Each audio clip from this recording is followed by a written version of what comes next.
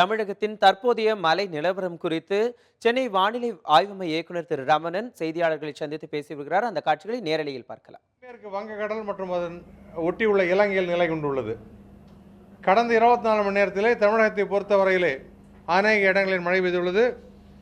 பதிவு செய்யப்பட்ட திறன் அடிப்படையில் மிக அதிகமான மழை 18 சென்டிமீட்டர் பாபநாசத்தில் பதிவாகியுள்ளது.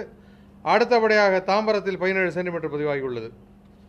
வரும் 24 மணி நேரத்தை பொறுத்தவரை தமிழகம் மற்றும் புதுச்சேரியில் அநேக இடங்களில் மழை வருவதற்கான ஒரு வாய்ப்புண்டு.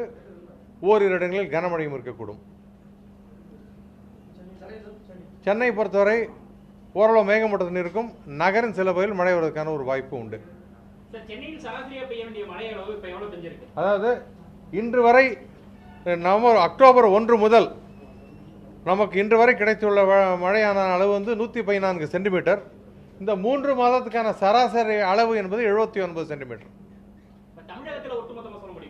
தமிழகத்தை பொறுத்தவரை ஒட்டுமொத்தமாக நம்ம பார்க்கும்பொழுது நம்மளுக்கு 3 மாதத்தில் பெற வேண்டிய மழை என்பது 44 சென்டிமீட்டர். இன்று வரை நமக்கு கிடைத்துள்ள அளவு என்று பார்க்கும்பொழுது கிட்டத்தட்ட ஒரு 48 சென்டிமீட்டர் வந்திருக்கு. அதாவது 4 சென்டிமீட்டர் இயல்பை காட்டிலும் 3 மாத இயல்பை காட்டிலும் அதிகமாக இன்று வரை பெய்துள்ளது.